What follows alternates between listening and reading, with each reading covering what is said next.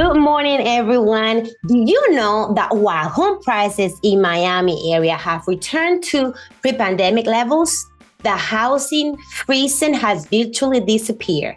Nobody is going crazy, putting multiple offers right now. That's right. We are staring down at a market freeze unlike any other that we have seen in recent history. Stick around because today I'm going to reveal exactly what this means for you if you're thinking about putting your house on the market in South Florida. You'll be surprised by what you need to do to secure a successful sale in today's shifting landscape. Good morning and welcome to Building Connections Doral Talks. I'm your host, Betty Gonzalez, and today I'm going to be talking about, guys, how things are changing, and they're changing fast right here in South Florida. So don't fall asleep on this information on what it is that you need to do to make sure that you're successful in your real estate transactions, whether you are a buyer or a seller. But this is especially important for a seller because if you're a buyer, you have leverage right now. But if you're a seller and you are still thinking that we are in the pre-pandemic or the pandemic freeze or frenzy, then you are going to be for a rude awakening and you're going to go through a lot of heartaches. I'm going to go through what's happening as statewide, what's happening here, the whole South and for Florida. I'm also want to cover what's happening in Miami. And then I'm going to narrow it down to what's happening right here locally, right in Doral. And the reason I'm talking about the market again, guys, is because I want to make sure that you are aware of what's going on, that you go in with your eyes wide open when you put your house on the market so you don't get the wrong expectations. This is the word of the day. This is the work of the week. This is the work of the month. It's going to probably be the word of the next year, 2025. You need to have, my friend, the right expectations. And what do I mean by that? So let me explain. Let me talk to you about, a person, I actually go visit home sellers that are wanting to go put their houses on the market. And, they want to put their houses on the market and they have a price in their head. They have a price in their head because obviously they talk to friends, they talk to neighbors, they talk to family members, and, rumor mills. So they get their information from either the social media or the family and friends. And don't get me wrong, they have good intentions. They have good intentions and they want to give you the right information. However, that doesn't mean that they're giving you the right data right now or current market data. That's why you want to you yourself be informed, go out there and get educated.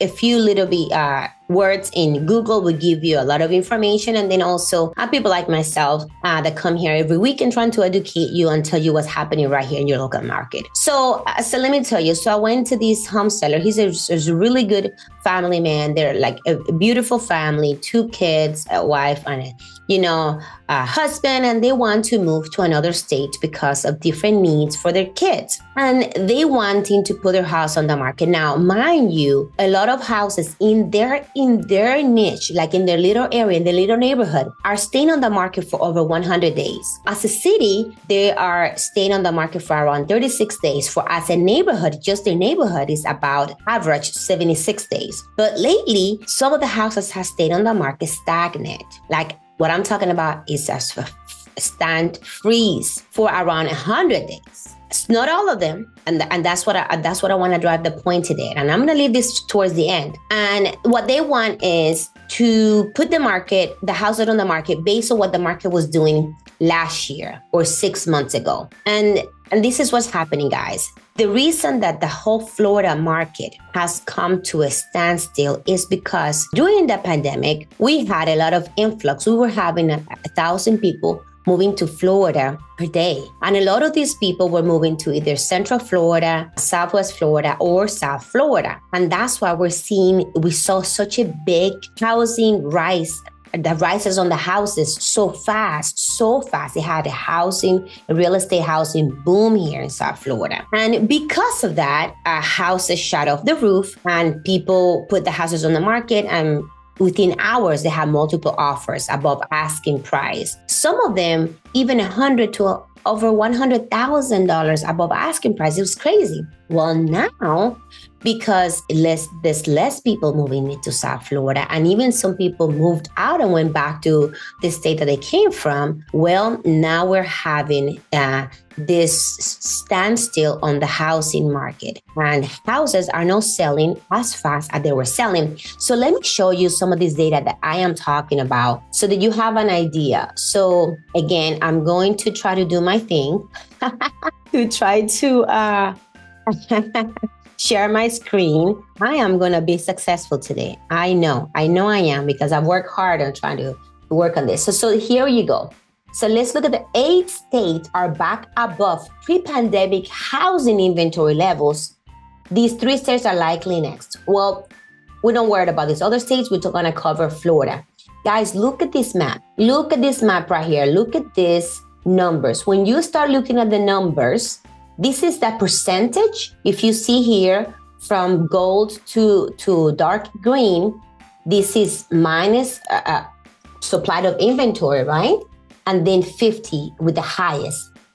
Which state jumped at you as the highest inventory? The state with the highest inventory right here, guys, is Florida, 45% from the pre-pandemic now to post-pandemic. So now here goes. Among the biggest inventory jumps, guys, it's Florida right here. Florida has the biggest increase initially over the past 2 years were concentrated in sections of Southwest Florida, right? In particular, Cape Coral, Punta Gorda, and Fort Myers. Now, obviously, because of the hurricanes, that hit the areas, now you having, not only you having as people move in, right? Some people have moved out, but then also some of the things that is also having the housing market in Florida to be a standstill is because of the insurance, guys. These insurance are going literally off the roof. They're going crazy because of fraud, for whatever reason, because of nature, because of the hurricane, for whatever reason that the insurance costs are too great. The inventories are more, the houses have not come down as much, and we have high interest rates. So let me continue to share. And okay, so here we go. And also, not only that, we also have, look at this, markets like Jacksonville and Orlando are also above pre-pandemic levels, are like many coastal cities, right? And here you go. The condo market is also bad right here in South Florida because of the Surfside condo collapse. So we all know this. This is not a secret that we're having a problem here in the condo area here in South Florida. Look at this, inventory sale compared to pre-pandemic. So we are having 10%. So in August 2024, only 4 states have returned to or surpassed the pre-pandemic to 2019. And you can clearly see here us, Florida right here, and Texas. So, okay, so we've gone to the whole Florida as a state. Now let's go to the Miami. Guys, look at this, Miami, Florida housing market. What is this telling us? The median listing price versus median homes sold. Here you can see January 2022, median homes prices, it was 435,000 versus 544. And now it's 560 to 650. But look at this, sale to list price ratio is 96.98%. And homes in Miami sold for 3.02 below the asking price on average for October of this year, 2024. And look at these guys. Either we're a seller's market, a balanced market, or a buyer's market. Right now, Miami is a buyer's market as of October 2024, which means that the supply of homes is greater than the demand for homes, and is taking on average 71 days. Listen to this, 71 days to sell your house. So what does that mean? Betty, what does that mean when your house is gonna take 71 days? Remember what I told you at the beginning of this video, that you need to have the right expectations. 71 days is a long time. That's over 2 months, guys, when houses were selling in less than a day 2 years ago. So, however, remember, this is the median days. So houses that are priced correctly are selling way faster, and even with multiple offers. But once you as a seller know that you have to take into account the average days, that will give you the right perspective and the right expectations of what is going to take to put your house on the market. Now, let's go back and let me show you what I was talking about right here in Doral. Let's look at Doral, guys, so that you know exactly what's happening right here in your backyard. So here we go. So right now we have in Doral, we have a 13% active inventory higher than last year, this time last year. For September. Remember, we're going back here for September, but I wouldn't be surprised if it's going to be even higher once the numbers for October comes out. And then the median sales price is a 5.9% less than a year ago at $950,000. So that's the median sales price for a single family home. It's almost 6% of what it was this time last year. And we do have 39% less of new listings coming out, and then 20 new pending sales, right? 20. That's 20% below what it was last year, guys. And then the median time to contract is 47 days from 37 days. So that's 10 days difference. It's better than the Miami area. But remember, it has to be on houses that are priced correctly, right? And then month supply of inventory, we're not quite at a buyer's market yet, right here in Doral. That's why I said you have to go and you have to dig deep in your city and then deeper in your neighborhood. Because Miami is right next door. While it's taking them 71 days, median days to close on a property, it's taking Doral 47 days. So it's taking us way less. It's taking us about 24 days less to sell at the median time to contract in compared to Miami. And let me show you again here, 71 days, while we have here 47 days. And then we have 5.3 months supply of inventory, while Miami, it's already at a buyer's market. So that means that they have probably more than 6 months supply of inventory, making it a buyer's market. Okay. So what do I want to say that I want to make sure that you guys, that I bring it home for you guys, right? You have to have the right expectations. So what do I mean by the right expectations? And here's my advice to the sellers right now. First, understand the pulse of your market, like I just said, down to your neighborhood, because this insight is crucial, not just for setting the right price, but for crafting a strategy that aligns with the current buyer's behavior. And then next, you also have to grasp the actual selling timelines, like I just talked about, as houses are no longer flying off the shelf, and you want to position your property in such a way that is the obvious choice. And what do I mean the obvious choice? I've talked about this last week, but let me say it again.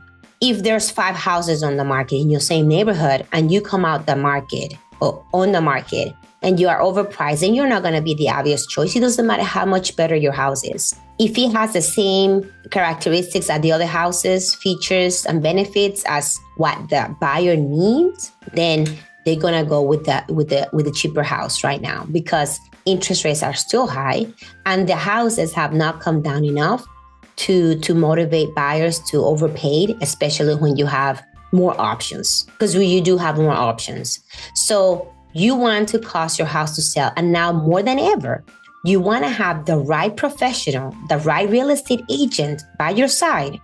This is not the time to to ask your sister, your mother-in-law, your sister-in-law, your friends. This is not a time for touchy-feeling business. This is one of your most expensive, valuable investment or transactions that we have in our lifetime, or at least most of us. And you don't want to leave it to feelings. You want to leave it to the professional. And that doesn't mean me. You just need to make sure that it has to be somebody that you trust, that you understand, that they know the market and the pulse in your neighborhood, your city, your area, but most importantly, your neighborhood. And then when they come to your house and talk to you, you need to at least interview at least 3 agents. And then they need to give you the plan that they have to actually have the strategy right for your property to make your property be the obvious choice. So you want them to lay this down backed by data. Then you also want your agent to understand how market and how buyers are buying houses now, and what the buyer is, which is online. You want to make sure that your agent is all rounded of what it takes to sell a house in today's market. Today's market is not a joke, and I don't want to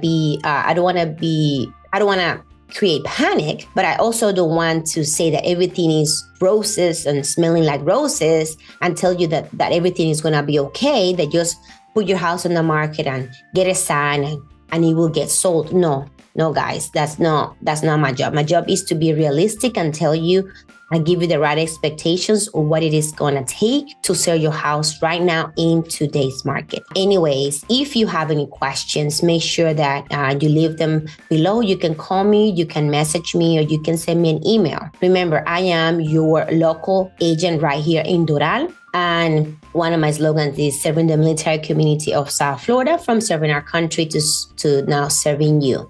And I really do love where I live. And I want you to love where you live too, but not only where you live now, but where you're going to next. And you don't want to go through the hassles of keeping your house on the market for too long to where it's just going to wear you out or even come out of the market without selling, because that's what's happening to a lot of people, guys. Again, thank you for connecting. I hope that you connect next week and just stay tuned. I am shifting my times to probably 10 o'clock now rather than 9 o'clock. Thank you for connecting. This is your host, Betty Gonzalez. I wish you a great day and a great weekend. Take care and see you again next week, guys. Bye. Real quick, calling all Doral professionals, entrepreneurs, and community influencers. Are you ready to showcase your business, share your knowledge and experience with our engaged audience? Building Connections Doral Talks invites you to become a guest speaker on our podcast. Share your unique perspectives and inspiring stories with our listeners. We believe in the power of your voice in shaping that conversations right here in Doral. Click the link below to submit your information and be part of our next episode. Join us in building connections, sharing knowledge, and growing together. Don't miss this opportunity to be a featured guest on Building Connections Doral Talks. Tune in, connect, share, and grow together with Building Connections Doral Talks, reshaping the way we engage with the diverse voices of Doral, one guest at a time. Doral Talks, your voice, our community. Click the link now on the show notes, the screen, or in the comments below, or just scan the QR code to submit your information as a guest. I hope to see you soon. See you in the next podcast. Bye.